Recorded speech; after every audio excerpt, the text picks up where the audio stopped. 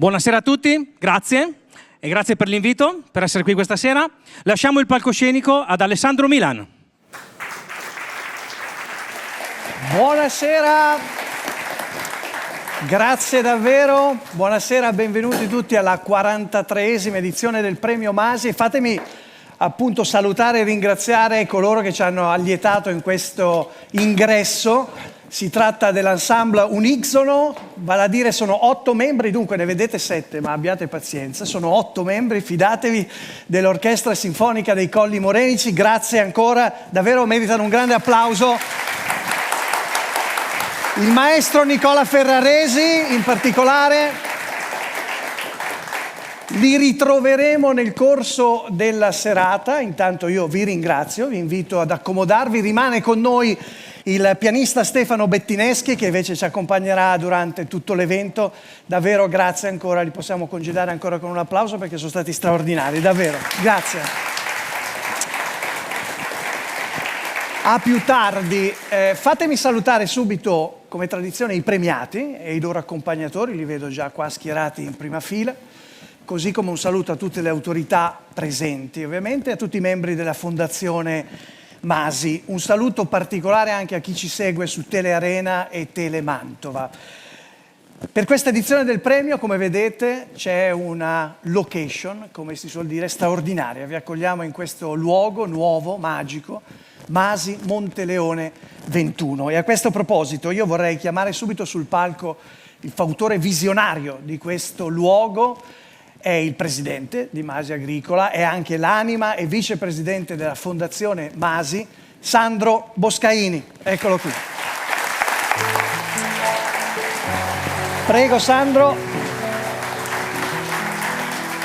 Benvenuto e complimenti davvero per questo luogo, visionario direi che è l'aggettivo giusto. Avevamo già avuto un'anticipazione per i 250 anni delle vendemmie Masi, però vorrei capire come mai questo luogo così strategico, in una terra strategica, nelle Venezie, nel cuore della Valpolicella.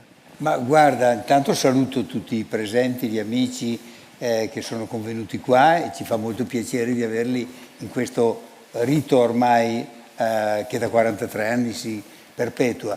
Ma volevo dire rispetto a questo luogo, la considerazione che è venuta in mente a me, che ho condiviso e poi abbiamo accettato, è molto connessa con quello che stiamo facendo noi.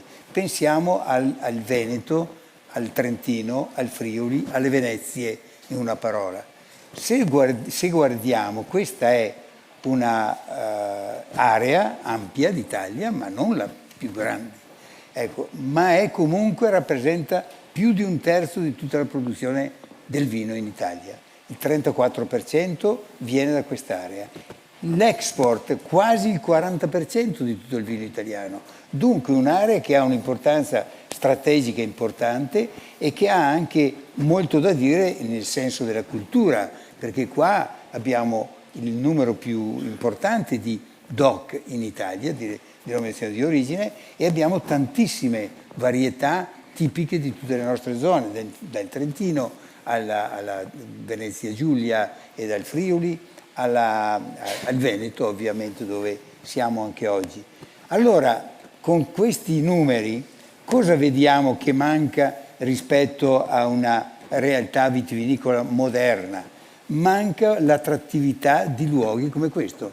Ci sono tanti bravi produttori, tante belle e piccole cantine, ma un luogo che veramente sia il palcoscenico di questo nostro importante settore dell'economia mancava. E noi ci abbiamo fatto una scommessa, considerando anche che siamo in un ambiente qua vicino al lago di Garda, in una città come Verona che sta esplodendo ed è esplosa dal punto di vista dell'economia, con un tracciato nord-sud che viene dal Brennero verso l'Italia centrale e est-ovest che connette appunto la Francia e i paesi iberici con l'est appunto e tutti i paesi appunto dei Balcani.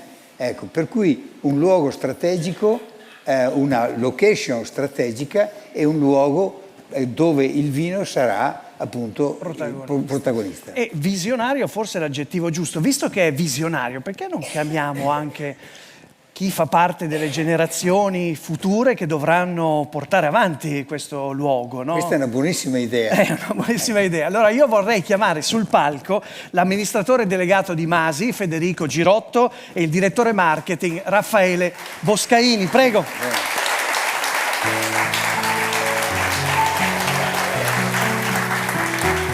Eccoci qua, Girotto, prego di qua. Raffaele. Posso andare giù io? Allora, io inizierei con Raffaele che del fenomeno del vino, dell'enoturismo, si sarà sicuramente occupato anche nella veste di presidente di Confindustria Veneto, visto che l'economia del vino è un po' il fiore all'occhiello, uno dei fiori all'occhiello di questa terra. Allora, cosa rappresenta oggi l'enoturismo e Monteleone 21 è un po' la risposta di Masi a questa domanda in aumento? Sì, direi di sì, proprio una domanda in aumento e partirei da una considerazione. Noi tutti, nel senso di consumatori, siamo abituati, cerchiamo, anzi pretendiamo la qualità dei prodotti, di qualsiasi prodotto, ovviamente del vino, ma anche degli alimenti, di qualsiasi cosa, perché, diciamo, lo consideriamo ormai un fattore imprescindibile, quasi un requisito minimo prima dei nostri acquisti. Ecco, quindi questo possiamo dire che soddisfa quindi queste esigenze funzionali nel nostro consumo, nella nostra vita di tutti i giorni. Cosa rimane quindi? Rimane da soddisfare delle altre esigenze, quelle che hanno a che fare un po' più con la nostra umanità, questi benefici funzionali che ora andiamo benefici emozionali, quelli che andiamo quindi a cercare, un po' come andare a connetterci di più con tutto quello che accade dietro un'etichetta, quindi come una cantina, la produzione, la parte primaria, così. E diciamo che questo appunto risponde a questa domanda che mi facevi, questa esigenza, effettivamente c'è una domanda. Allora ci sono già esempi brillanti di possibilità di vivere da dietro le quinte il mondo del vino, però finora si sono espressi un po' di più nel nuovo mondo. Diciamo, quelli che sono arrivati con la produzione del vino un po' più tardi sono stati i primi a venderla anche dalla parte emozionale. Beh, insomma. Allora io nel dare la parola a Federico Girotto chiederei se ci allarghiamo un attimo, perché credo che ci siano delle immagini, vieni Raffaele da questa parte, perché vorrei capire Monteleone 21 che sarà aperto al pubblico, tutti ci chiediamo cosa succederà qui e questo sarà il nuovo volto di Masi e allora Federico Girotto. Beh, allora dovendo parlare Alessandro di Monteleone 21, la prima cosa che mi viene da dire è grazie. Grazie alle persone che hanno lavorato in questi giorni per rendere possibile ospitare il premio Masi qui, quindi grazie all'architetto Giovanna Marla, l'ingegner Nicola Martinelli e le squadre delle persone che hanno lavorato anche sfidando le intemperie per consentirci di ospitare il Io premio li ho Masi visti qui. ieri, davvero complimenti a tutti. E volevo fare un breve tratto sull'aspetto architettonico di Monteleone 21. Avremmo potuto fare un capannone, ce ne sono tanti, ce n'era anche uno qui perché qui c'era un capannone di una falegnameria, ma invece abbiamo voluto impegnarci in questo progetto di edificio polifunzionale, questa cantina aperta come ci piace chiamarla, su cui si sono riversate le energie creative dell'architetto Libero Cecchini, un grande dell'architettura italiana, veronese e valpolicellese, e dal 2016 dell'architetto Mar. Contraddistinto da 3 macro stilemi architettonici, quindi l'esterno, questa collinetta erbosa ricoperta di viti, Monteleone appunto perfettamente integrata con il paesaggio della Valpolicella, questo spazio circolare, questa piazza, questa agorà come ci piace chiamarla, con questo soffitto cassettonato che è una rilettura di stilemi dell'architettura italiana negli anni 50 e 60, quando architetti come Nervi facevano coincidere struttura e forma, e naturalmente il frottaio monumentale, 12 metri di altezza, un monumento all'appassimento, all'amarone e un'attrattiva esperienziale in sé. E un cronoprogramma anche reso allungato dall'attenzione alla sostenibilità che abbiamo riversato su Monteleone, e quindi per esempio il fotovoltaico, per esempio la geotermia, per esempio la raccolta delle acque pluviali per uso irriguo. E ci piace peraltro ricordare che qualche giorno fa Monteleone 21 si è aggiudicato la sezione pratiche sostenibili nell'enoturismo nel concorso internazionale Best of Wine Tourism promosso dalla Great Wine Capitals, l'associazione delle 10 capitali del vino del mondo, e dalla Camera di Commercio di Verona. Ma in sostanza cosa troverà il consumatore visitatore Monteleone 21? Cosa troverete anche voi quando verrete qui come visitatori? Potremmo dire visite guidate, assaggi, degustazioni, negozio, trattoria, ma in realtà troverete di più, troverete molto di più, troverete il senso del fare vino, che va a parte dall'origine, dal vigneto, e arriva fino in fondo alla degustazione, al vino abbinato anche con cucina non solo delle Venezie, ma come in tanti paesi in cui Masi lavora, oltre 140. E soprattutto potrete portare a casa un'esperienza fantastica, toccando quelli che sono i valori retrostanti al marchio Masi, all'azienda Masi, i valori di una famiglia, la famiglia Boscaini, i valori di un territorio, la Valpolicella. Questo della Valpolicella è un punto importante, perché noi non vogliamo vedere Monteleone 21 solo come casa del marchio Masi, ma lo vogliamo vedere come un ideale cancello di entrata alla Valpolicella, una forma di restituzione al territorio del successo di Masi in oltre 250 vendemmie, e quindi come anche una espressione di sostenibilità sociale. Beh, davvero grazie allora a Raffaele Boscaini, Federico Girotto e Sandro Boscaini, che poi ritroveremo. Vi invito a riguadagnare il vostro posto in platea. Grazie davvero Sandro, perché adesso entriamo un po' nel vivo con la Fondazione Masi, con il suo premio. Intanto sapete che ogni anno c'è un filo conduttore, no? Un fil rouge. Quest'anno devo dire mi ha colpito moltissimo. Il filo conduttore è il circolo virtuoso della bellezza. E forse di questi tempi ne abbiamo proprio bisogno, tempi un po' difficili, per usare un eufemismo, di bellezza. Forse non è come scriveva Dostoevskij nel suo Idiota, che la bellezza salverà il mondo. Forse questa è un'esagerazione. Però io credo che la bellezza può essere un appiglio per creare un circolo virtuoso, e per fare in modo che sia uno strumento anche di ispirazione per tempi migliori, che speriamo tutti possano arrivare. Come è tradizione, noi iniziamo ad introdurre questo tema e i premiati con un video che pregherei la regia di mandare in onda.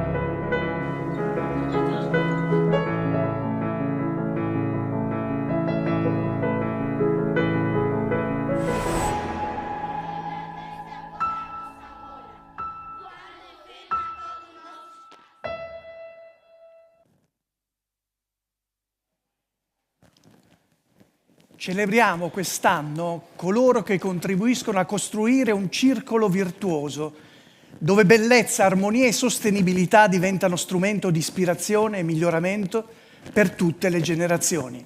È la frase della Presidente della Fondazione Masi, Isabella Bossi Fedrigotti, che invito sul palco. Benvenuta.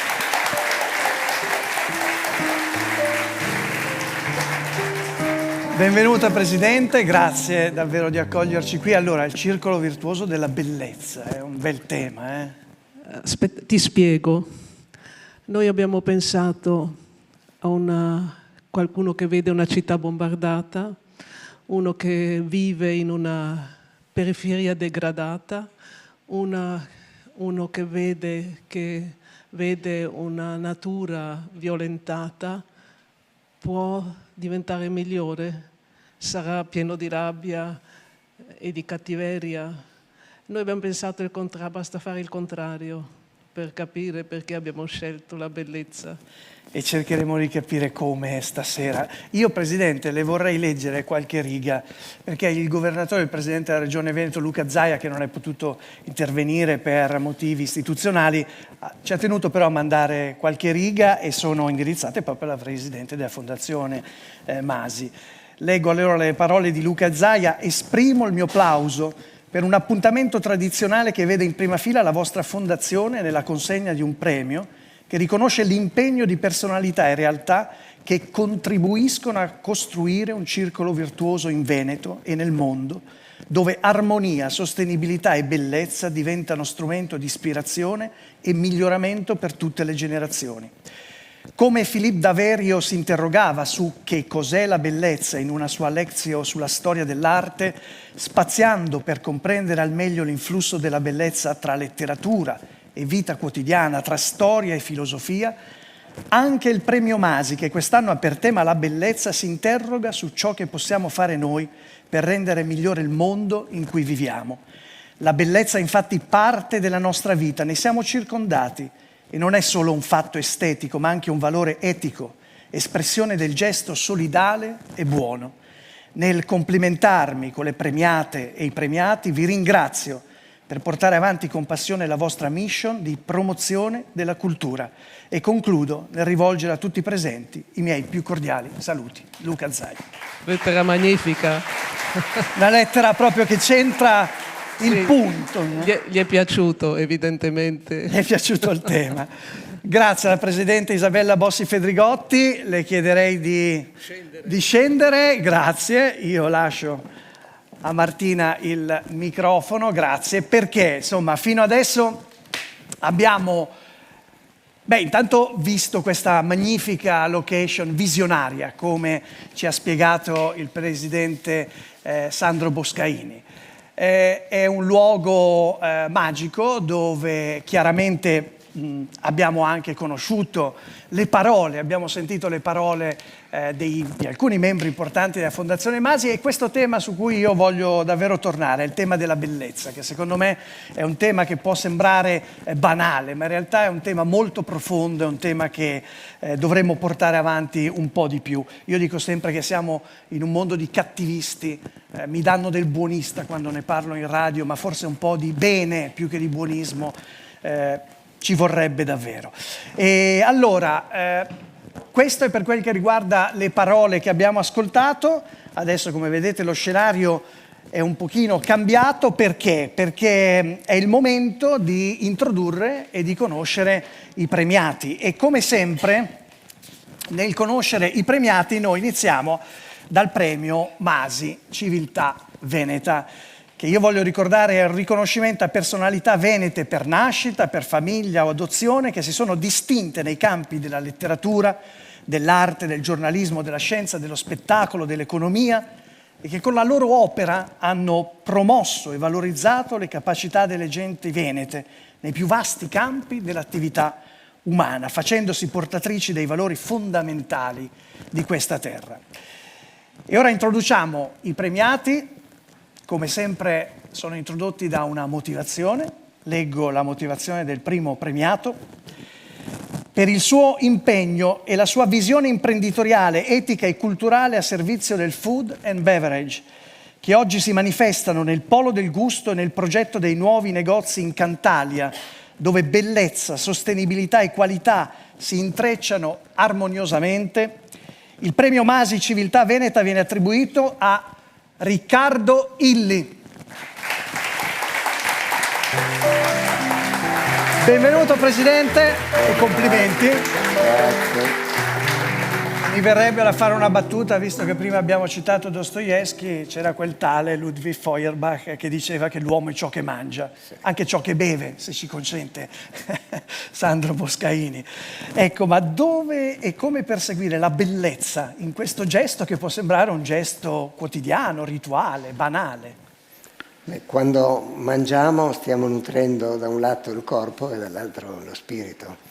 E la bellezza non è soltanto quella che possiamo vedere con gli occhi, è anche quella che sentiamo con le orecchie e quella che percepiamo con il palato, che percepiamo con il naso. Quando beviamo il vino mi verrebbe da dire che addirittura nutriamo più lo spirito e poi secondariamente anche il corpo. Anche il corpo. Beh, insomma, grazie a Riccardo Illi. Intanto la invito a sedersi qui perché, come vedete, adesso si comporrà una seduta di premiati e poi faremo due chiacchiere insieme. Ma voglio presentare subito il secondo premiato, sempre per il premio Masi Civiltà Veneta. Leggo la motivazione. Per la sua attività di scultore impegnato nella ricerca del bello artistico espresso dalla materia e dai suoi fenomeni, dalle meccaniche e dalle tecnologie, e per la sua arte che guarda al futuro, trasformando la cultura in un campo di intensa e continua riflessione, il premio Masi Civiltà Veneta viene attribuito ad Arcangelo Sassolino. Complimenti. E benvenuto Sassolino. Non dirò la battuta che chiamarsi Sassolino e far lo scultore, ma ce l'avevo da qui. Però vorrei sapere se io dico la frase in scultura la bellezza è? Per me la scultura deve contenere conflitto, contraddizione e contrasto e deve essere in qualche modo metafora della vita. È bello. Bello perché noi guardiamo alla bellezza come appianamento dei contrasti e invece è bello che in scultura tutto questo debba essere evidenziato. Grazie ad Arcangelo Sassolino. Ecco, Super, prego grazie. di sedersi qui perché vorrei introdurre la terza premiata, in questo caso al femminile, sempre per il premio Masi Civiltà Veneta. Leggo la motivazione. Per la sua attività di ambientalista e scrittrice attenta alla sostenibilità e alla giustizia climatica e per la sua raffinata sensibilità con cui percepisce non solo la bellezza, ma anche la fragilità dell'ambiente e le sue ripercussioni sull'umanità. Il premio Masi Civiltà Veneta viene attribuito a Sara Segantin. Benvenuta Sara. Grazie a tutte e a tutti. Scrittrice, alpinista, attivista, mi viene da chiedere un luogo bello dei tanti che ha visitato e magari più fragile degli altri in questo momento. Bello e fragile. È da una vita che giro il mondo in cerca di luoghi, di storie. Mi viene in mente un posto, cuore della foresta. Provate a immaginare un fiume scintillante, poi si sale fino alle vette più alte, poi giù nelle grotte, e lì canyon, e poi deserti, e poi un mare colmo di vita e di colore, si chiama Terra. E ce n'è una in tutto l'universo, sai, non ne hanno ancora trovata una di uguale. E penso che sia per questa meraviglia e l'immensa devastazione che c'è attorno, effettivamente, che vale la pena conoscere, amare, difendere, lottare, nonostante tutto, e nonostante questo cattivismo, queste crisi continue. Un bagno di bellezza serve a tutti. Grazie a Sara Segantin.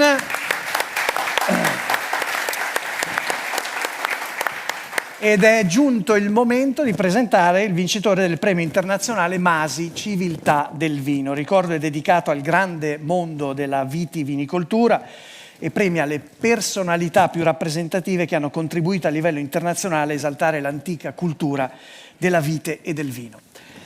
Veniamo anche in questo caso a una premiata, leggo la motivazione. Per la sua attività di produttrice e divulgatrice della vite e del vino, di promotrice dell'enoturismo con iniziative quali il Movimento del Turismo del Vino e cantine aperte, e di sostenitrice del ruolo femminile nella vitivinicoltura attraverso l'associazione Donne del Vino e l'azienda Tutta al Femminile nel casato Prime Donne a Montalcino. Il premio Masi per la civiltà del vino viene assegnato a Donatella Cinelli Colombini.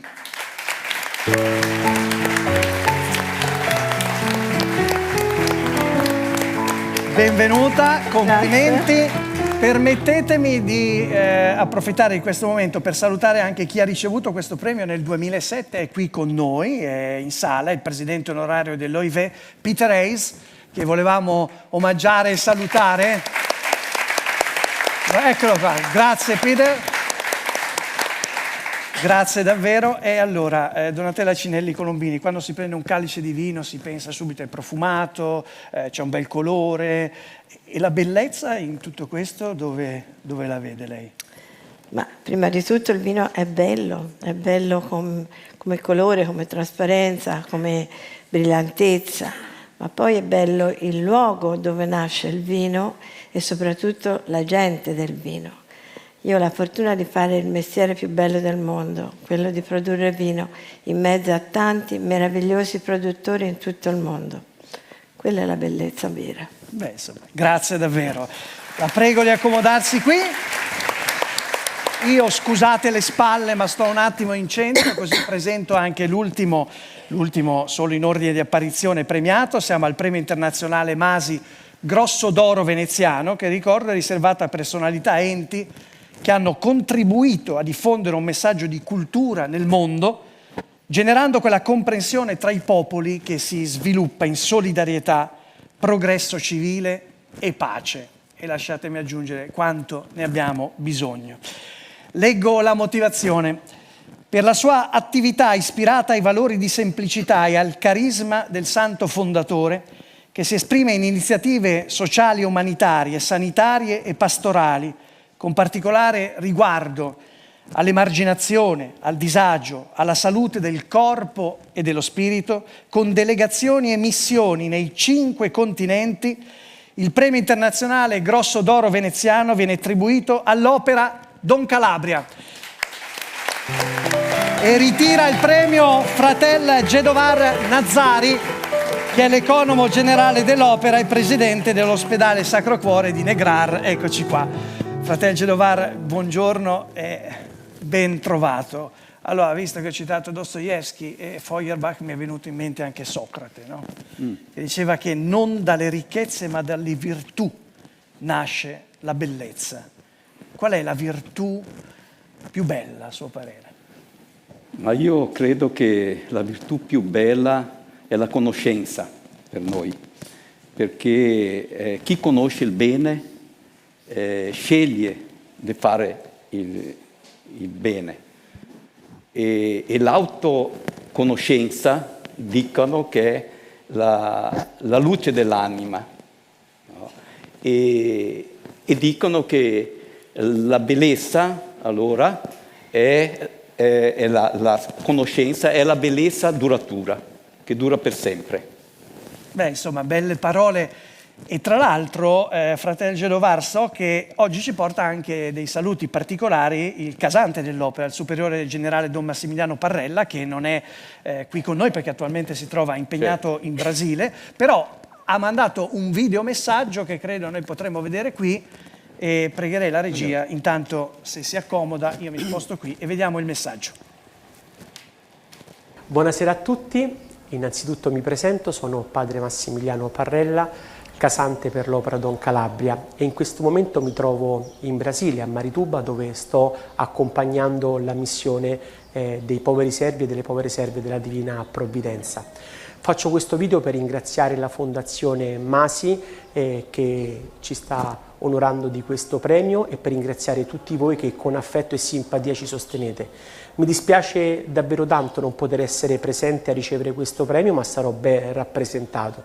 Quello che volevo solo condividere con voi è che in questo momento l'Opera Don Calabria è presente in 16 paesi del mondo, 5 continenti, là dove non c'è nulla da ripromettersi, dove diceva il nostro fondatore. E questo premio per noi è molto importante perché è segno che la provvidenza ci è vicino, che ci sostiene la nostra missione e ci permette di fare bene il bene. Spero che presto ci potremo incontrare di persona, intanto vi ringrazio ancora di tutto cuore, grazie alla Fondazione Masi e buona serata a tutti voi. Beh, grazie per queste parole anche a Don Massimiliano Parrella. E allora, insomma, come vedete si è composta l'insieme dei premiati. Adesso possiamo fare due chiacchiere un po' più distese.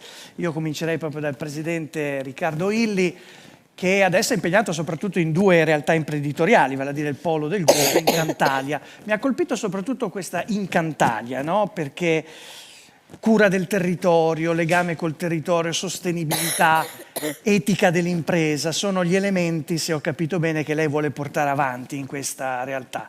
Ecco, per chi fa impresa, che deve guardare il profitto, deve guardare i capitali, cosa vuol dire bellezza? Si riescono a coniugare questi due concetti? Direi proprio di sì.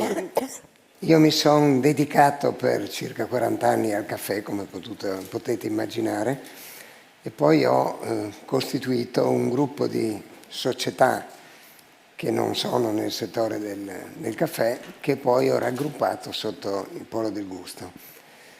Una è in Francia, si chiama Daman Frère, produce tè, una vicino a Torino, Domori, produce cioccolato, una vicino a Cuneo, quindi non lontano da Domori, si chiama Achillea, e produce succhi di frutta e confetture 100% bio, sono solamente bio, e l'ultima è la più piccolina, è a Trieste e produce biscotti e prodotti da forno. Che cosa accomuna queste società che sono gestite in maniera autonoma? La volontà di produrre il miglior prodotto possibile, quindi usano la miglior materia prima che è disponibile sul mercato e in genere un processo produttivo che è diverso e incompatibile da quello che è usato dalle imprese, quelle che chiamiamo mass market. Ma c'è un terzo elemento che le accomuna, che è l'impegno per la sostenibilità. Quella francese è una société à mission e le altre tre italiane sono società benefit, ma la société à mission vuol dire esattamente quello che vuol dire da noi società benefit. Quasi esattamente un anno fa abbiamo aperto il primo negozio per promuovere tutti i prodotti, quindi un negozio multimarca del Polo del Gusto.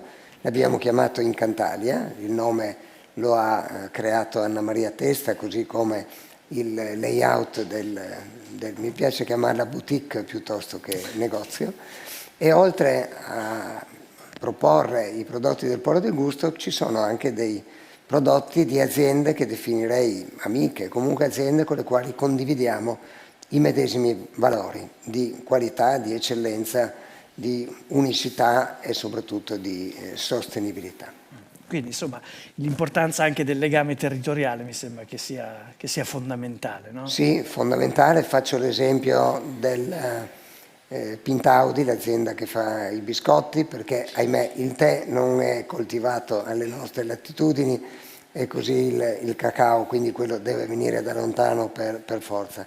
Però una delle caratteristiche che noi cerchiamo di realizzare è quello di avere rapporti diretti con i coltivatori, quindi c'è comunque un'attenzione al territorio.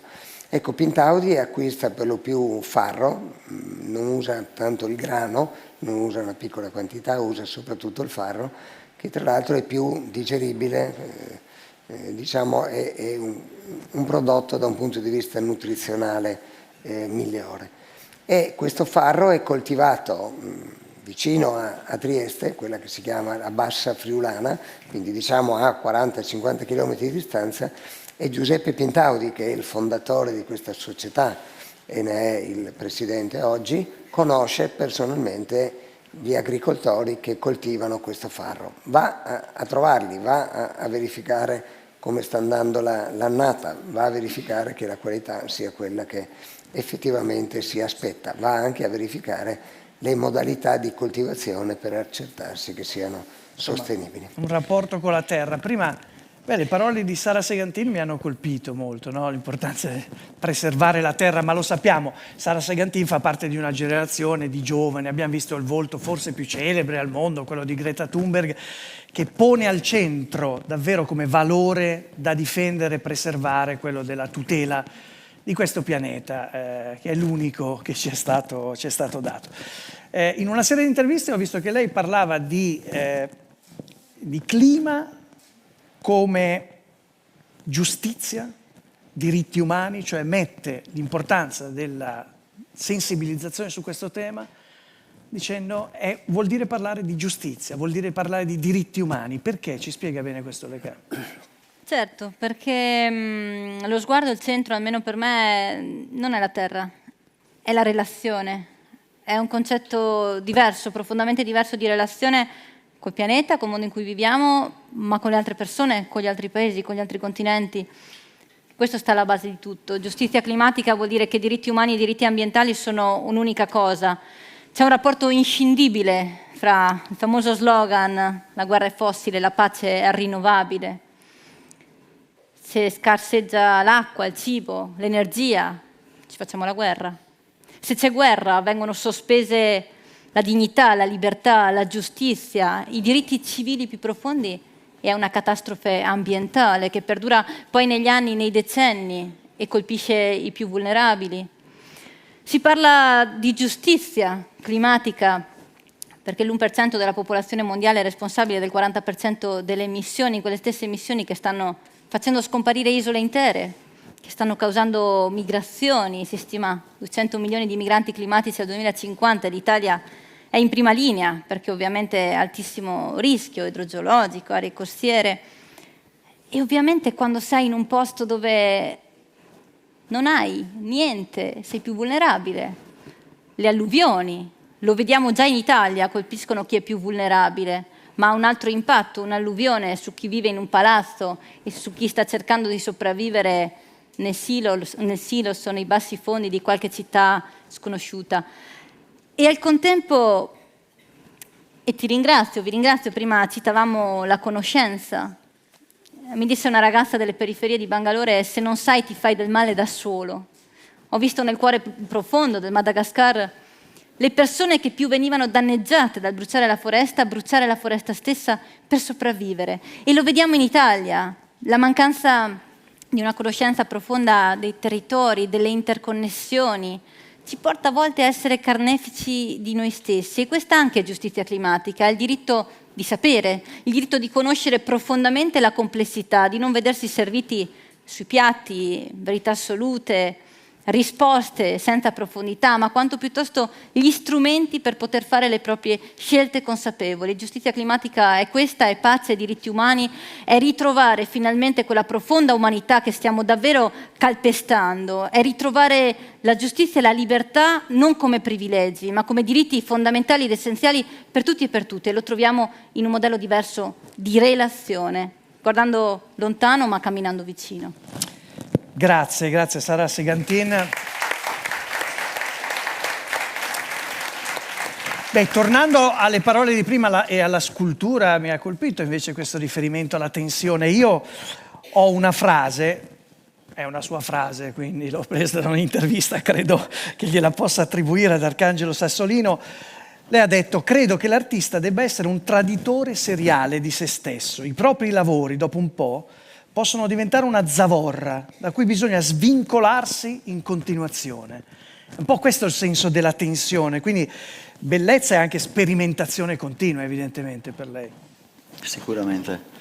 Diciamo che se consideriamo l'arte come qualcosa di solamente consolatorio, se incrociamo l'arte solo quando siamo in vacanza e visitiamo qualche museo di qualche città in giro per il mondo o entriamo in qualche magnifica chiesa, allora il canone di bellezza per forza è legato a qualcosa di classico e l'Italia è costellata di meraviglie nei secoli classiche. Se invece consideriamo l'arte come uno strumento che può aiutarci a tradurre il presente, appunto a navigare in questo momento storico che, dice Sara, è estremamente complesso, allora capiamo che l'artista, le artiste, è gente che semplicemente filtra il proprio tempo, è messo dentro la società e trasforma la contingenza, l'estetica vigente in un determinato momento, la trasforma in immagini e forme, installazioni. Ed è il motivo per cui l'arte va avanti col tempo. Se ci prendiamo la briga di leggere qualche giornale parigino di inizio Novecento, quello che veniva detto dell'impressionismo era feroce. Sì. Eppure quel canone di bellezza è diventato ormai nostro. E io direi che gli artisti non è che siano più avanti, è a volte il pubblico, gli storici, il mondo che arriva dopo a inglobare quel canone di bellezza. E l'artista nel suo deve continuare appunto a tradire se stesso, perché come in tutte le attività devi fare ricerca, devi spostare l'asticella più in là, non devi accontentarti, devi lavorare, non puoi prendere scorciatoie. È dal lavoro che nascono altre cose e la possibilità magari di sfociare in un alfabeto che un po' alla volta diventa sempre più tuo. Grazie Sassolino. Io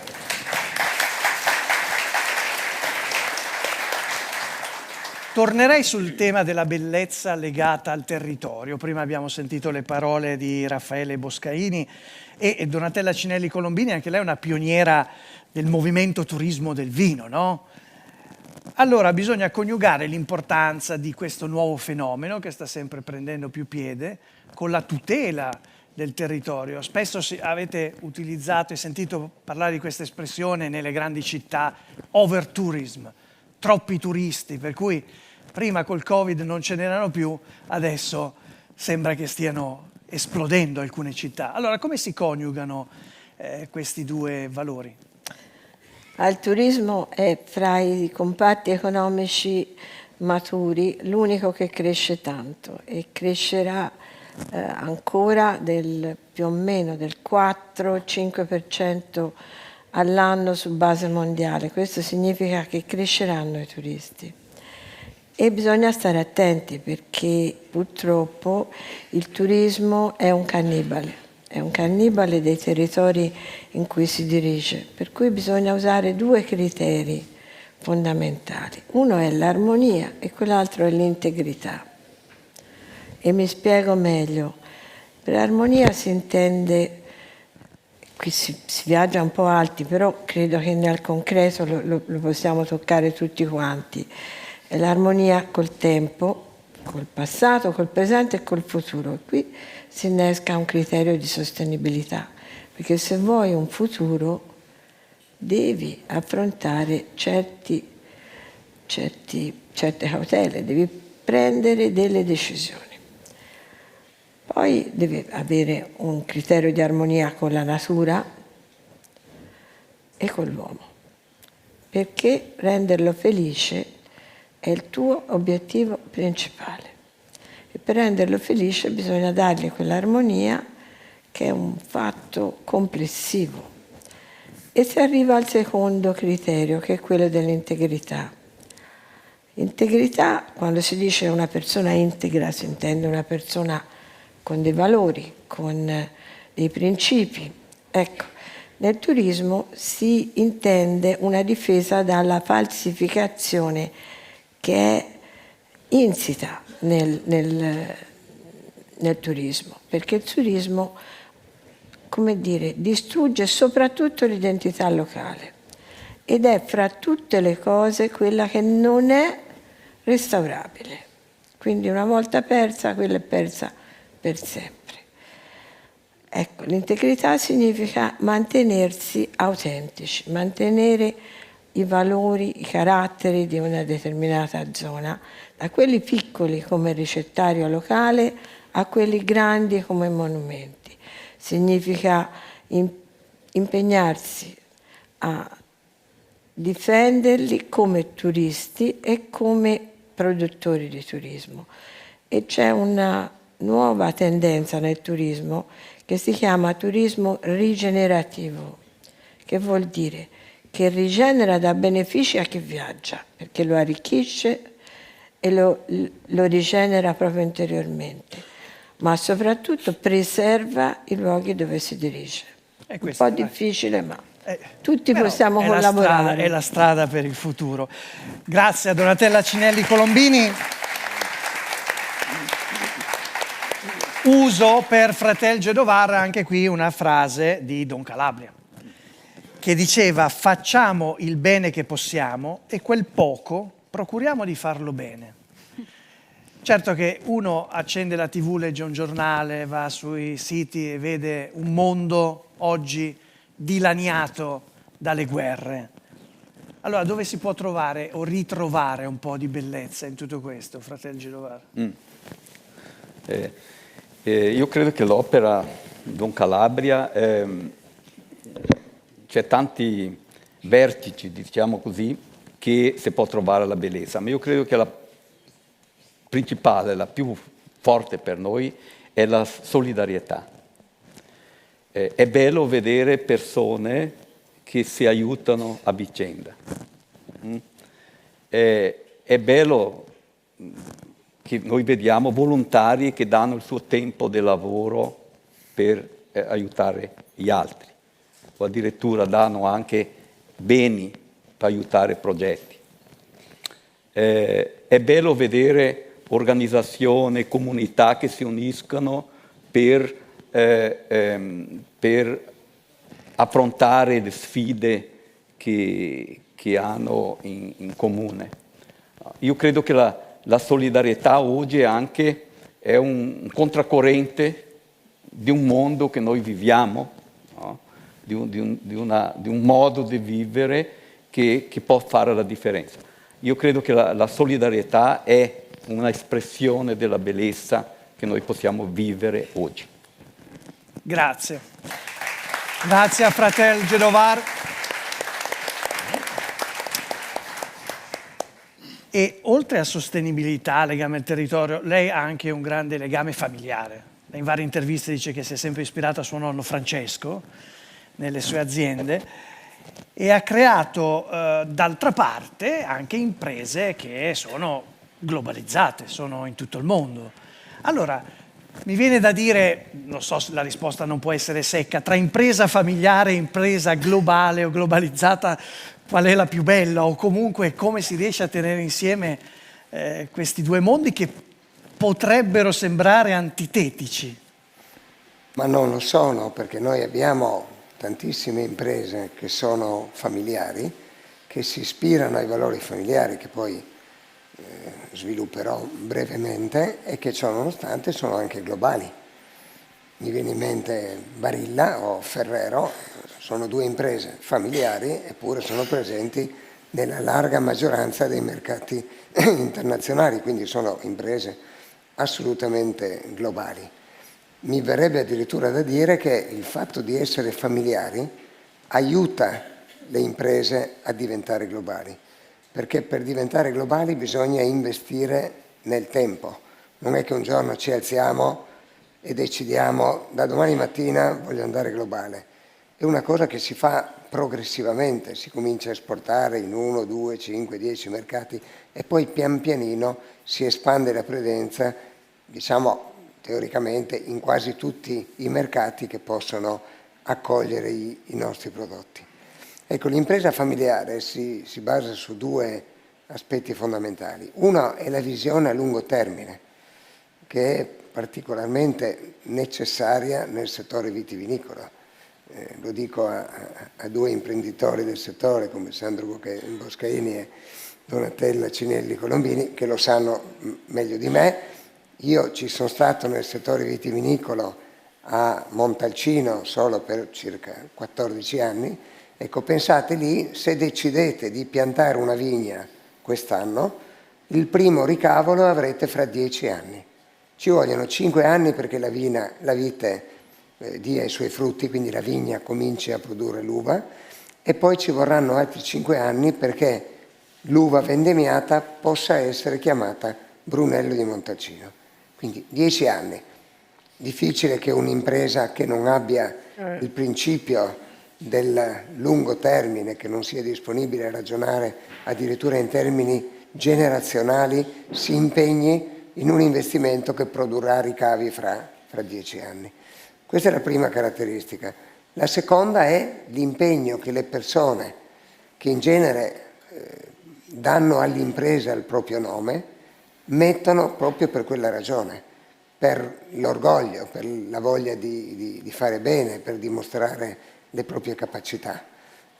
Nel caso di Donatella è proprio così, nel caso di Sandro Boscaini l'azienda si chiama Masi, ci ha spiegato oggi qual è l'origine del nome, ma l'impegno esiste in ogni caso. Per diventare globali occorre questo impegno continuativo, occorre un grande impegno e occorre soprattutto un impegno di lungo termine. Quindi, secondo me, sono coniugati. Sono assolutamente coniugati. Grazie Riccardo Illy. Io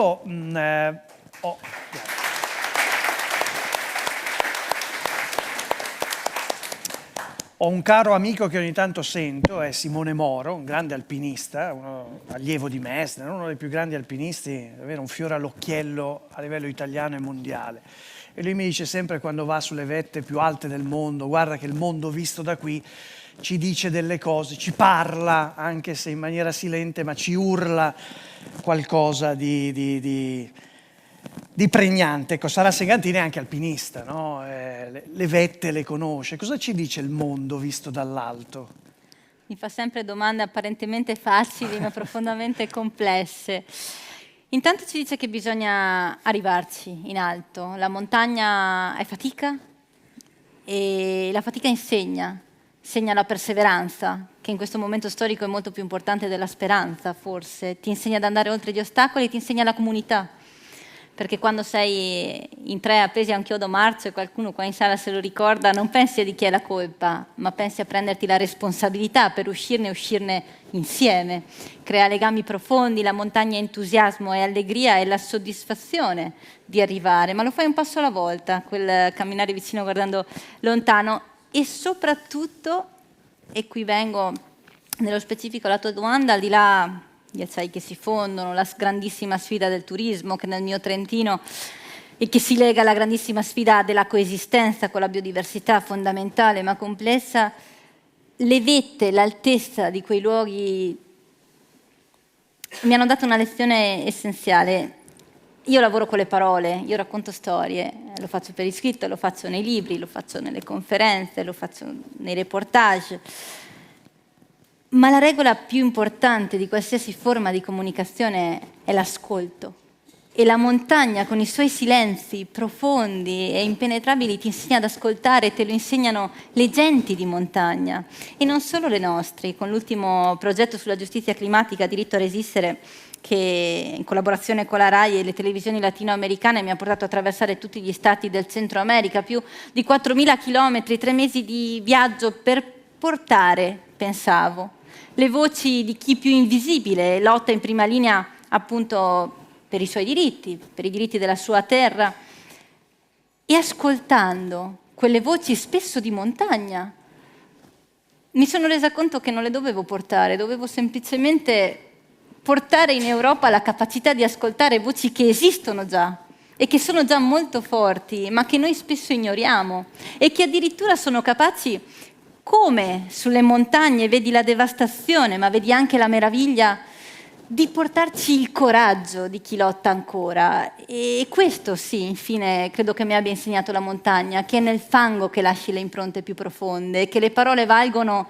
solo se hanno una dignità concreta di vissuto, di fatica, di camminare nei miasmi malsani del cianuro e del mercurio, di tenere la mano di un bambino che muore e che ti guarda con occhi colmi di perseveranza. La montagna si fa mondo in una visione d'insieme che davvero è globale, ci ricorda di confini che non esistono e di una sfida che deve andare oltre, unire come quelle cime, no? Che alla fine puntano al cielo. Grazie.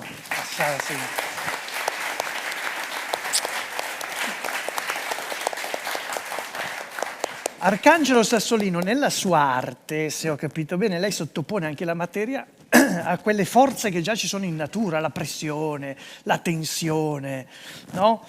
Il calore. Così è come se la materia inerme e inerte prendesse forma e quindi vita. È un po' anche questo il senso della sua opera? Beh, diciamo che io credo che applicando i principi della fisica, la velocità, la pressione, la gravità ai materiali si possa dare nuova linfa alla scultura. A me non basta più creare una forma, ho bisogno di indagare la materia dal suo interno e se ci pensi è quello che succede nella fisica, nella medicina, nella scienza, si va sempre più in profondità nel DNA, nelle molecole, negli atomi, cerchi di trovare verità nuove. Credo che sia lo stesso che succede all'interno dell'industria e nelle ricerche varie. E ho visto che anche un pezzo di legno, una pietra, una lamiera di acciaio, questi materiali così stolidi, una bottiglia di vetro, se sottoposti a un certo tipo di resistenza, di forza, diventano in qualche modo cantanti, danno sfogo a possibilità nuove, sotto forma di suono, sotto forma di resistenza, di fallimento, anche di profumo. E perciò mi sono incamminato in questa dinamica e i lavori sempre più stanno diventando anche metafora di chi siamo noi come individui, no? Questo potenziale collassare o fallire o resistere. Beh, grazie ad Arcangelo Sassolino. Certo che, tornando al tema della bellezza, sfido chiunque a guardare il colore di una vigna, a sentirne i profumi e a non pensare, a non associarlo naturalmente alla bellezza, no?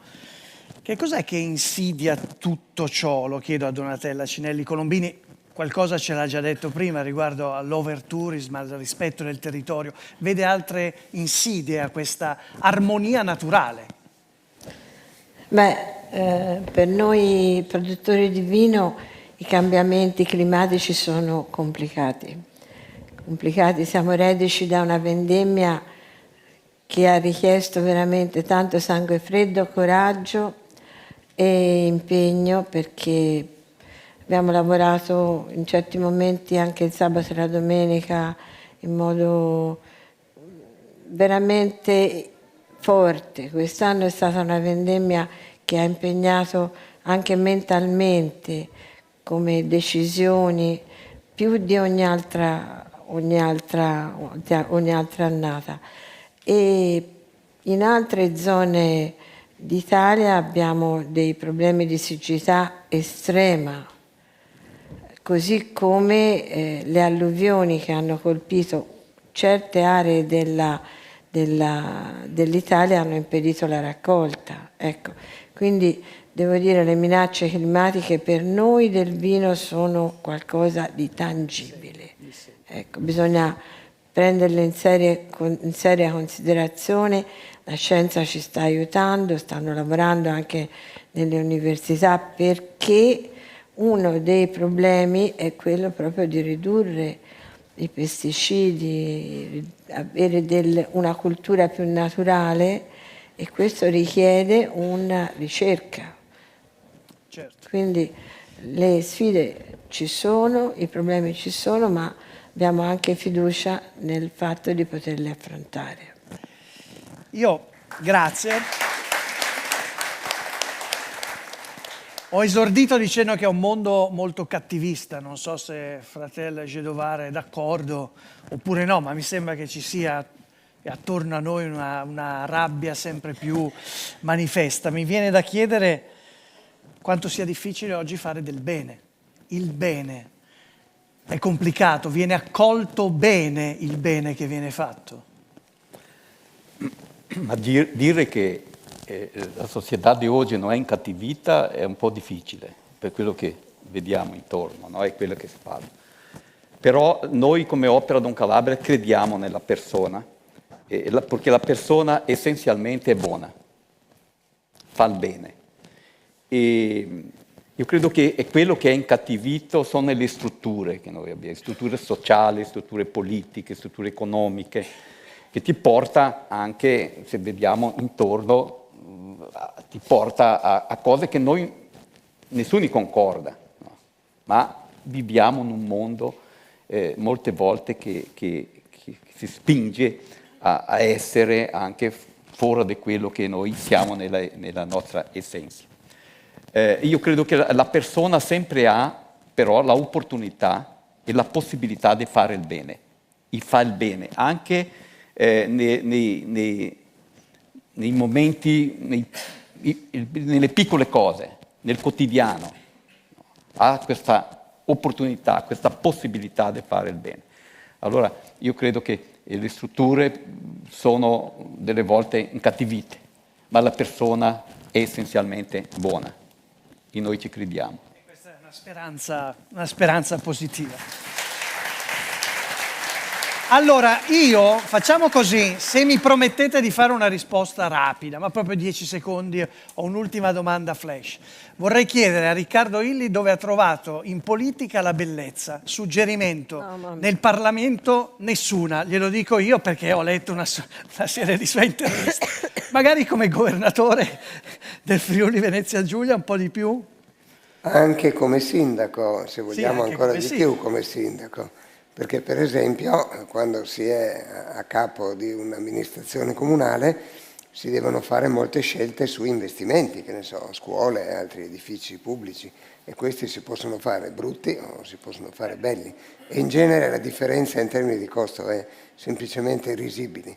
È solo una questione di sensibilità che porta l'amministratore o il politico illuminato a fare delle scelte di estetica anche quando si occupa di investimenti pubblici. Poi mi verrebbe da dire il bello è soprattutto nell'occuparsi del prossimo. L'imprenditore che gestisce una società benefit ovviamente ha l'impegno anche di far tornare i conti della sua società e di remunerare il capitale che vi è stato investito. Però poi si può preoccupare dell'ambiente, si può preoccupare dell'ambiente sociale in cui l'impresa opera, si può occupare dei dipendenti, dei fornitori, quindi può svolgere un'attività sociale importante. Chi decide di impegnarsi in politica, il primo aspetto non deve affrontarlo. Sì, i conti devono tornare, ma non c'è un capitale da remunerare, non c'è un utile da produrre, deve solo che far del bene, ecco. E qui mi scapperebbe una battuta. Il detto è che quando si fa del bene bisogna essere pronti a subirne le conseguenze. Quindi quando io decisi nel lontanissimo 1993 di candidarmi a sindaco, misi in conto che la riconoscenza non l'avrei mai vista. Ecco, devo dire, i miei cittadini mi hanno da questo punto di vista sorpreso e continuano a sorprendermi. Ancora ogni tanto mi chiedono quando torno. Mentre in Parlamento, vabbè, stendiamo un Parlamento pietoso. Sara Segantini. Visto che siamo tanto preoccupati per il futuro della Terra, però tra 100 anni, quando forse non ci saremo più noi, qual è il lato più bello della Terra che ci sarà ancora invece se lavoriamo oggi? Tanto l'opportunità, siamo fuori equilibrio, questo è innegabile, evidente, e quindi è una grandissima opportunità di trovare un altro equilibrio, perché è un mondo equo, giusto, bello e buono. Ho mai vissuto onestamente, non so voi, quindi abbiamo lo spazio per adoperare l'ingegno e costruirlo. Un mondo tra 100 anni è un mondo in cui non ci sarà più bisogno di fare il mio mestiere e la prossima me potrà occuparsi di fantasy e fantascienza invece che di scrivere romanzi climatici e umanitari. E un futuro di bellezza tra 100 anni lo vedo nei campi, dove sono tornati i papaveri e fiordaliso fra le coltivazioni. Lo vedo nelle mie montagne, dove il canto del lupo, il ringhiare dell'orso, l'ulare dello sciacallo ci ricordano che siamo custodi e non padroni. Il bello lo vedo nel ricordo di un ragazzo maya del popolo Mam del Guatemala. Su un vulcano viveva lui e a proposito coltivava caffè.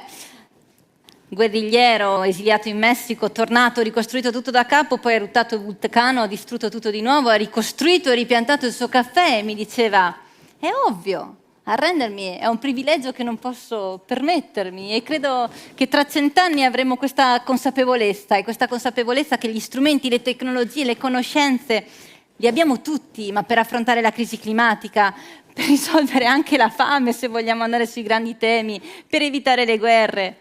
E avremo la consapevolezza tra 100 anni che l'unica cosa che può fare la differenza è la volontà di ciascuno di noi di usarli, questi strumenti. Grazie, Sara Segantin. Andiamo davvero flash, tanto sono domande. L'annata più bella della vendemmia che ricorda, Donatella Cinelli Colombini? Non quest'anno, se ho capito bene. No, quest'anno però è stato... Il risultato è stato buono. Però l'anno che ricorda... 2019 era l'anno perfetto. Perfetto. L'anno delle manifestazioni. 2019. A Sassolino vorrei chiedere qual è la forza della natura più bella, cioè quella che proprio è maggiore fonte di ispirazione tra le tante, no? Beh, la vita con tutti i suoi conflitti, ma con mille aspetti meravigliosi. È davvero bello. E infine vorrei chiedere il gesto più bello di cui avremmo bisogno, fratello Gedovar, anche se qualcosa ci ha già detto.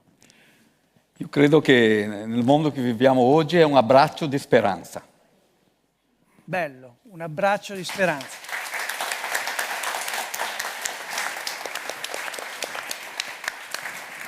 Io davvero vi ringrazio, credo che ci siano stati tanti spunti di riflessione. Vi inviterei, se è possibile, di riguadagnare il vostro posto in platea, ma tra poco vi... Ecco, riaccogliamoli con un altro grande applauso.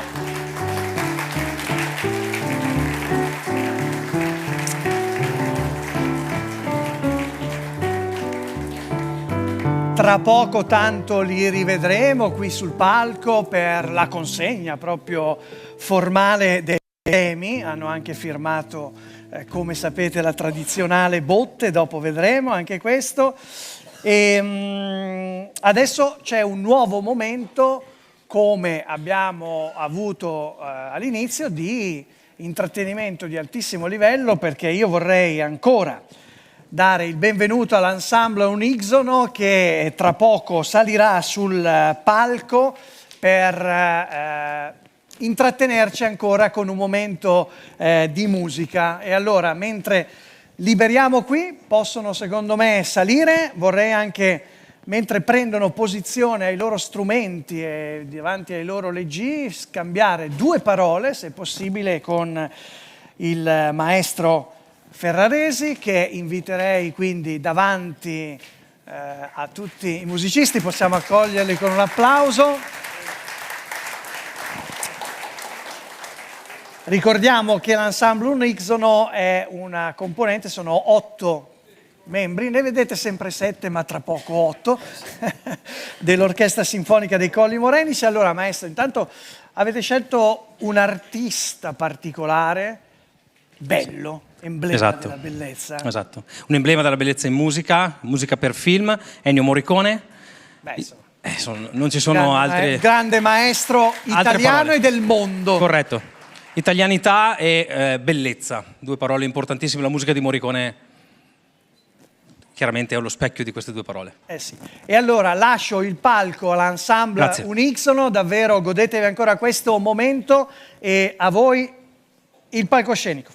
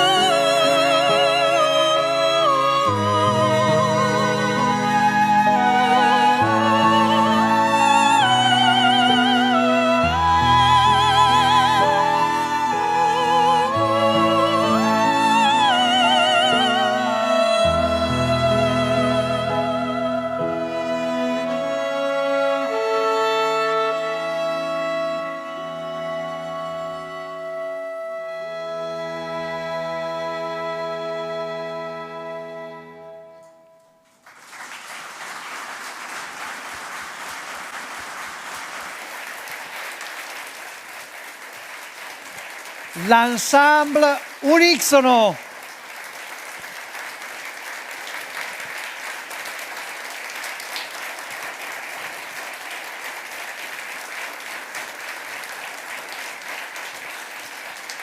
È stata davvero una grande emozione ascoltarvi, ve l'avevo detto che erano in 8.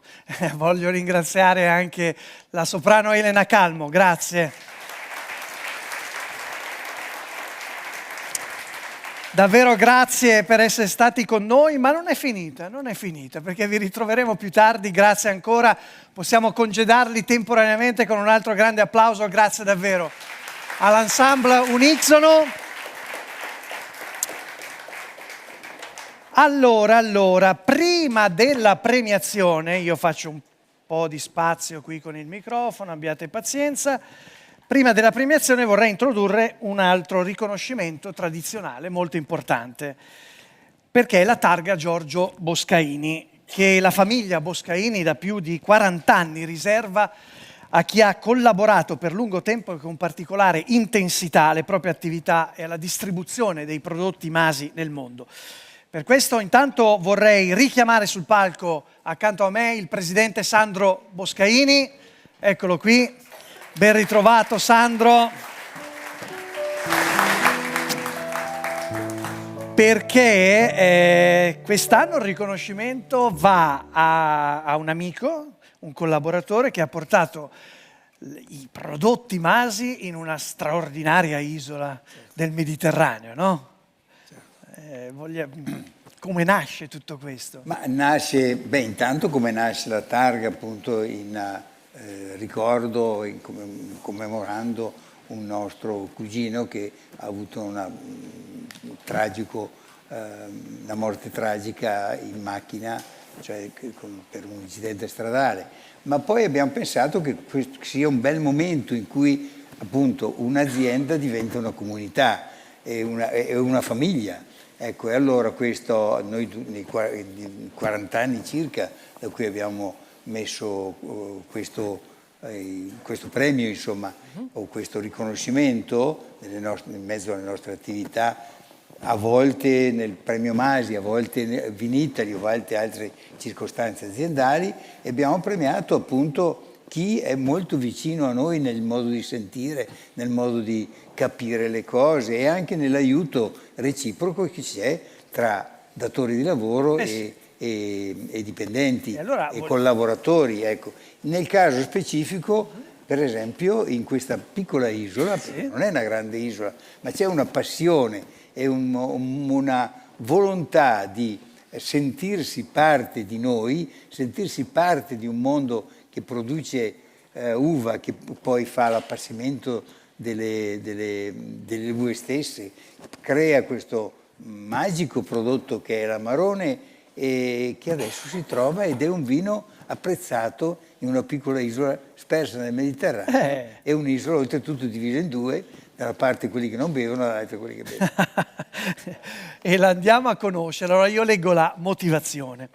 Per la pluridecennale amicizia e collaborazione con la famiglia Boscaini nel costruire il successo del marchio Masi e promuovere la conoscenza dei valori veneti a Cipro, chiamiamo sul palco per ritirare la targa Giorgio Boscaini il Managing Director di Spectus Wine and Spirits Merchants, e qui che mi assista il cognome, George Hadjikyriacos. Eccolo qua. George. Per tutti George, che è più semplice.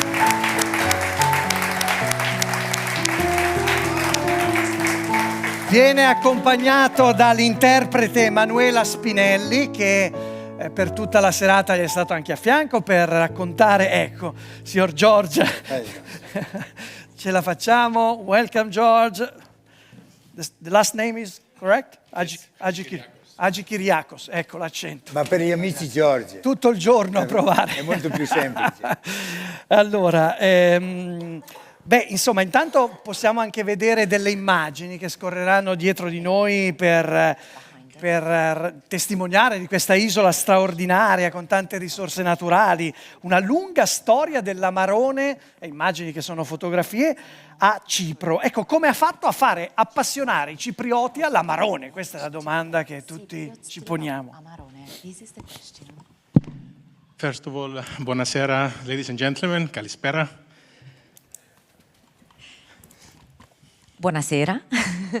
I Innanzitutto, feel signore e overwhelmed signori, to be here tonight. sono veramente emozionato per essere qui stasera con voi. It's a great recognition È un grande riconoscimento coming from such a reputable and historic company like Masi. soprattutto perché viene da un'azienda tanto riconosciuta quanto quella della famiglia Masi. To answer your question is that it wasn't difficult to introduce Amarone to Cyprus market. It wasn't easy either. But when I first tasted Amarone, it was love or amaro at first taste. Non è stato difficile perché fondamentalmente la prima volta che io ho assaggiato l'Amarone è stato amore al primo assaggio. I managed to share the same experience with my team, and the most difficult part was to convince the people of Cyprus to taste it. Ever since 25 years ago, we'll continue with the same passion and dedication to make people taste Amarone, especially Costa Sera, and that's all we need to do. And we managed to make Masi Costa Sera Amarone a point of reference for quality wines in Cyprus. Ho avuto la stessa esperienza con il mio team ha avuto la stessa esperienza e la difficoltà non era la qualità dell'Amarone, ma era portare la gente ad assaggiare l'Amarone, quindi quella è stata la difficoltà. Una volta superata quella, facciamo lo stesso lavoro da 25 anni con passione e ci dedichiamo a convincere la gente ad assaggiarlo, perché una volta superato quello, tutto fatto. I wish to dedicate this award to my team back in Cyprus and to thank from the bottom of my heart the Masi family and all the team for their support and guidance that thanks to it we managed to reach to this point.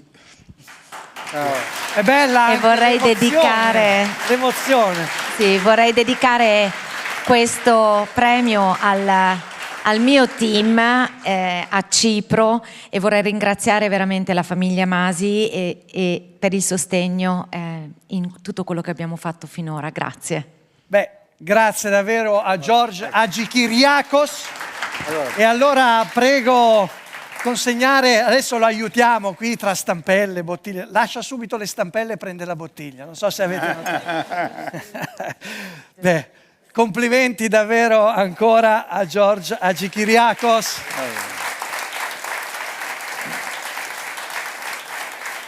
Se i fotografi hanno fatto il loro lavoro, possiamo chiedervi di riaccomodarvi anche con tutta la cautela del caso.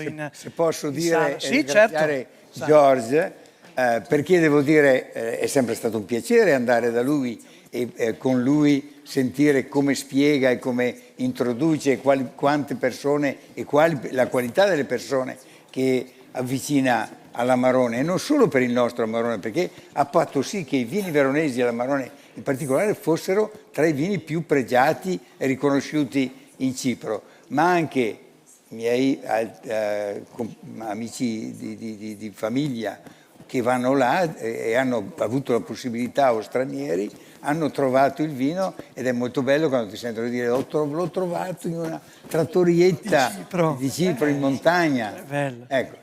Ma anche noi abbiamo fatto la nostra parte, perché ci ha invitato molte volte e noi volentieri siamo andati, io, mio nipote più recentemente e i nostri collaboratori, appunto, a dare una mano a un amico che veramente è entusiasta del nostro prodotto.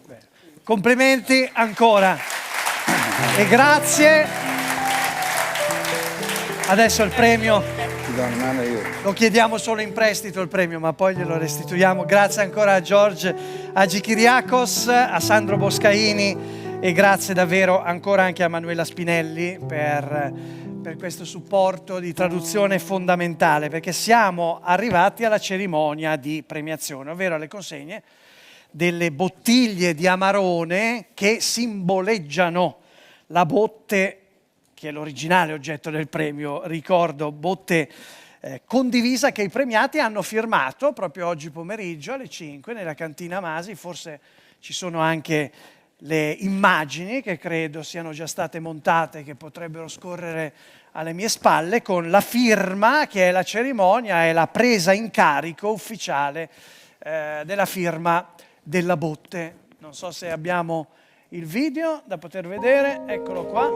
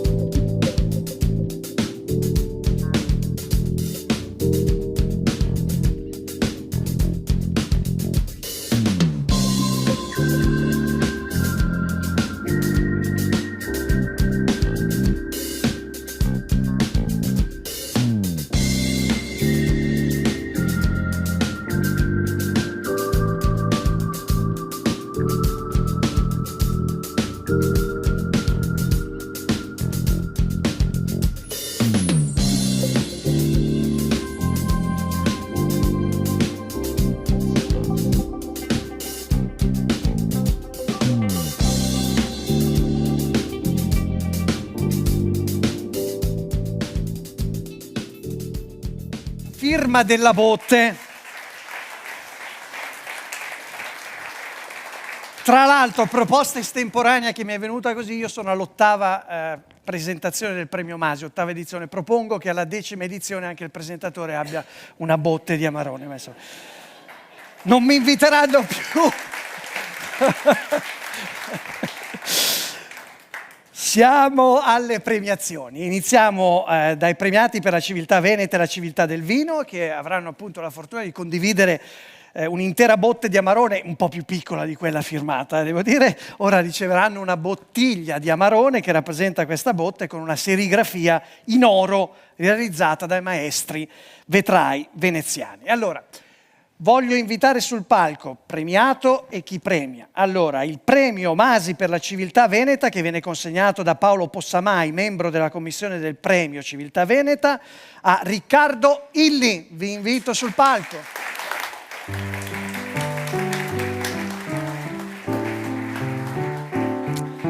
Prego, ecco qua la consegna. E ovviamente foto, giriamoci, giratevi per i fotografi. E vi invito, sì certo, se c'è un microfono, se c'è un gelato, chieda a Martina, grazie, ecco qua, prego, lo posso mai? Riccardo Illi questa sera ha evocato la sua città, Trieste. Trieste è un caso interessante, fino a 2 secoli fa non esisteva. È una città che è stata inventata e che è stata voluta non soltanto per un gesto politico, ma per una serie di imprenditori che hanno deciso di esercitare responsabilità sociale in una logica di bellezza.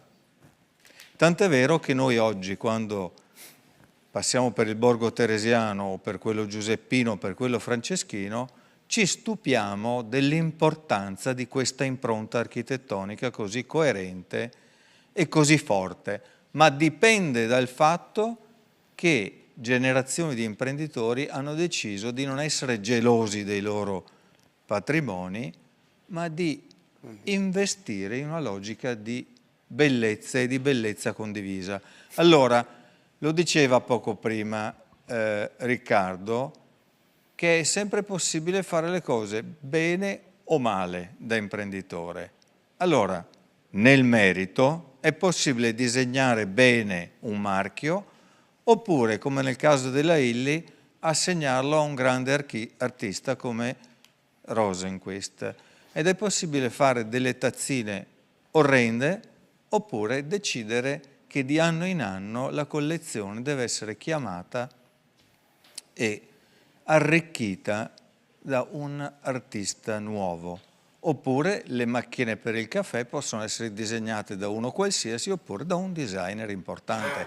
Allo stesso modo, prima quando diceva che Anna Maria Testa si occupa della comunicazione, vuol dire che pensa la linea estetica in conto a Incantalia. Incantalia richiama un bel nome, e cioè incantesimo, che viene da canto, e il canto è una forma ammaliante, lo sapeva benissimo anche Ulisse. Grazie. Grazie, e vi invito a rimanere qui sul palco, perché adesso comporremo tutto il panel di premiati. E adesso passiamo sempre per il premio Masi per la civiltà veneta, che viene consegnato da Marco Vigevani, segretario della Fondazione Masi. Lo chiamo sul palco insieme ad Arcangelo Sassolini. Grazie Marco. Grazie. Eccoci qui, prego. Con la consegna del premio, ricordiamo la bottiglia che rappresenta la botte. Grazie. Fotografi, eccoci qui. Grazie. Benissimo. Grazie, e farei posto ora, sempre per il premio Masi per la civiltà veneta, che viene consegnato in questo caso dalla Presidente della Fondazione Isabella Bossi Fedrigotti, a Sara Segantin.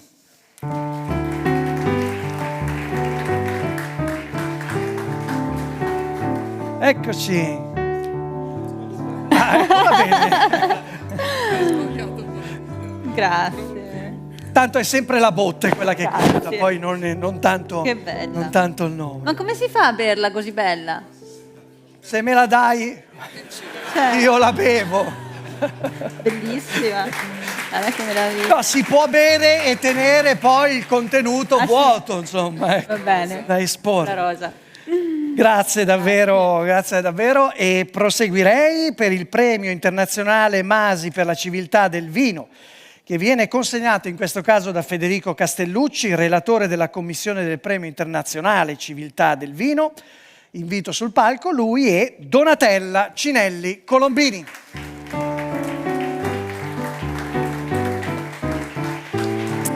Prego. Eccoci.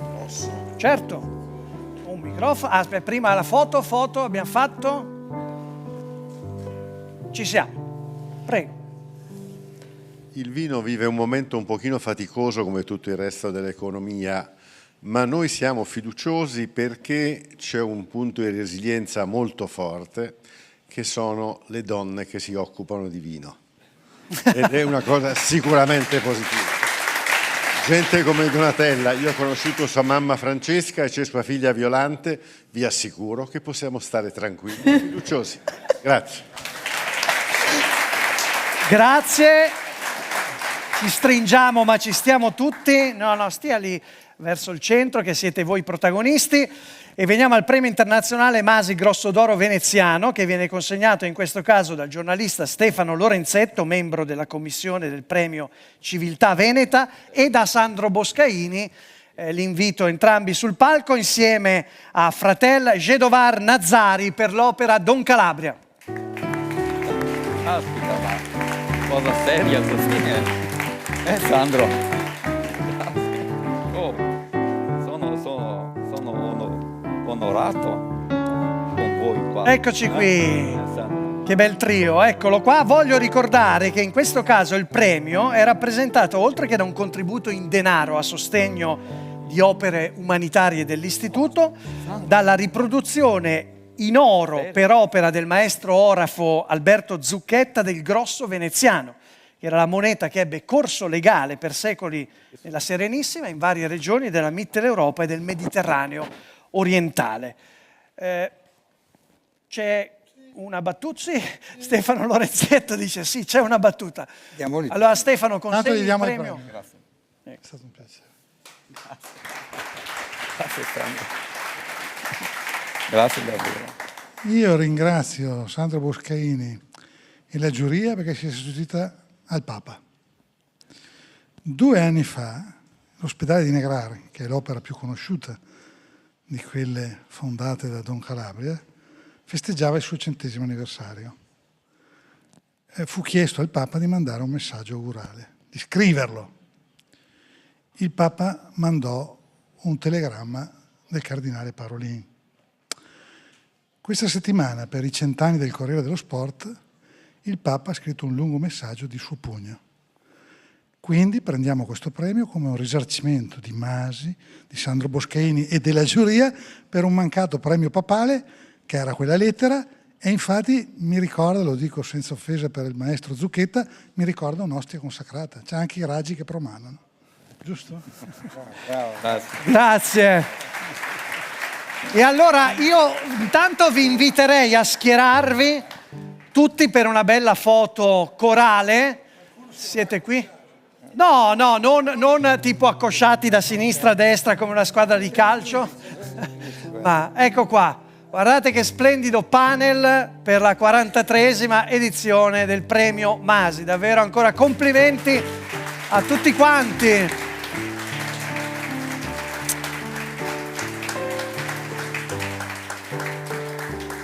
E allora io, se le foto sono state fatte, inviterei con delicatezza a riprendere posto, visto che siete tanti. Trattengo solo il presidente Sandro Boscaini, se possibile. Vi ringrazio davvero tutti quanti, ancora complimenti per questi premi, perché, caro Sandro, siamo quasi in chiusura. Una piccola anticipazione, però lo facciamo come tradizione, di quello che ci aspetta per il prossimo anno. Poi non abbiamo ancora finito, state lì perché tornerà anche l'ensemble Unisono per una chiusura, ma prima intanto cosa ci riserva il futuro, visto che abbiamo parlato di visioni? Beh, insomma, la cosa più semplice che mi viene da dire è il 44esimo premio. Certo. In vista del 45esimo, che sarà anche una data ancora più da sottolineare. Ecco, ma io mi rifarei a quello che ho detto in partenza rispetto a questo luogo, perché io penso che la novità per noi, ma anche per voi che siete qua presenti, e per Verona in genere, per il Veneto e per il mondo del vino, sarà questo palcoscenico che nell'ambito del quale appunto il primo attore sarà il vino e la gioia di goderlo, di gustarlo assieme alla convivialità. Qui a Masi, Monteleone 21. Bene. Grazie davvero a Sandro Boscaini.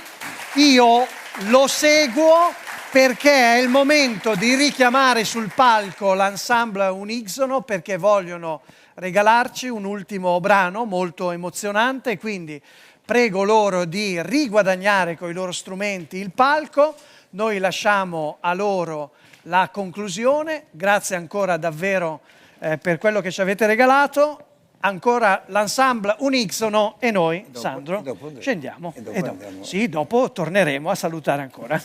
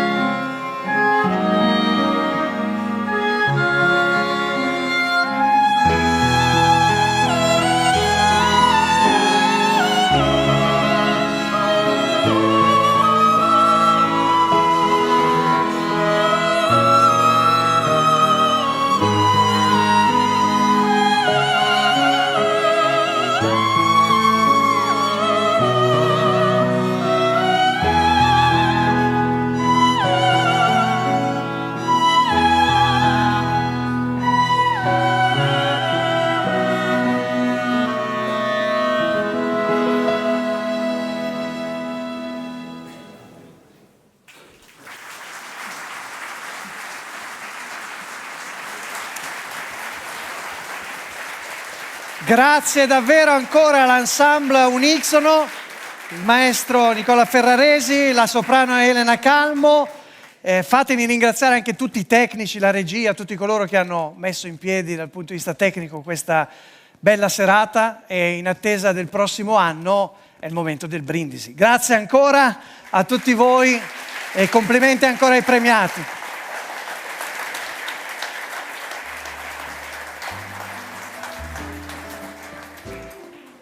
When you were here before, can look in the eye. You're just like an angel. Your skin makes me cry. You float like a feather in a beautiful world.